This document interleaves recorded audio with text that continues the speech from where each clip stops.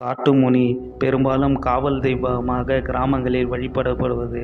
விவசாயிகள் தங்களுடைய விவசாய நிலத்தில் காட்டுமுனியை வைத்து பூஜை செய்வார்கள்.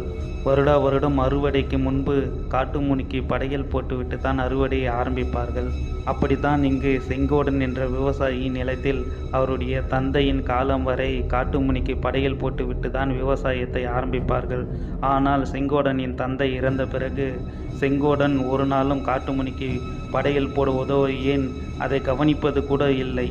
தான் மிகுந்த அறிவாளி பகுத்தறிவாளி என்பதைப் போல காட்டிக்கொண்டு காட்டுமுனியை மிகவும் அலட்சியமாக கடந்துவிட்டு சென்று கொண்டிருந்தான். அந்த விவசாய நிலத்தில் கூலி வேலை செய்பவர்களும் அவரிடம் எடுத்து சொன்னார்கள். தன்னுடைய தாத்தா தந்தை அவர்களுடைய காலங்களில் காட்டுமுனியை எவ்வாறு மதித்து பூஜை செய்தார்கள். ஆனால் தாங்களோ இப்படி அலட்சியமாக இருக்கிறீர்களே என்று பலவாறு எடுத்து சொன்னார்கள். ஆனால் செங்கோடனோ அதை பற்றி அலட்டிக்கொள்வதே இல்லை. ஒரு நாள் தீபனும் அவருடைய தந்தை மாணிக்கமும் செங்கோடனிடம் வந்து காட்டுமுனியை தாங்கள் பார்த்ததாகவும் அதை தங்களை பயமுறுத்தியதாகவும் எடுத்து கூறினார்கள். அறுவடைக்கு முன்பு காட்டுமுனிக்கு ஒரு படையல் போட்டு விடுவோம் என்று கூறினார்கள். ஆனால் செங்கோடனோ அதை நம்பாமல் காட்டுமுனியாவது சாமியாவது இதை நான் நம்ப மாட்டேன்.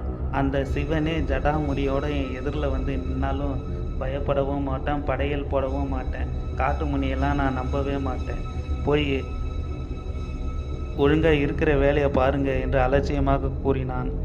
அப்படி கூறியவனின் எதிரில் காட்டுமுனி வந்து நின்றால் என்னவாகும் என்பதுதான் இந்த கதை.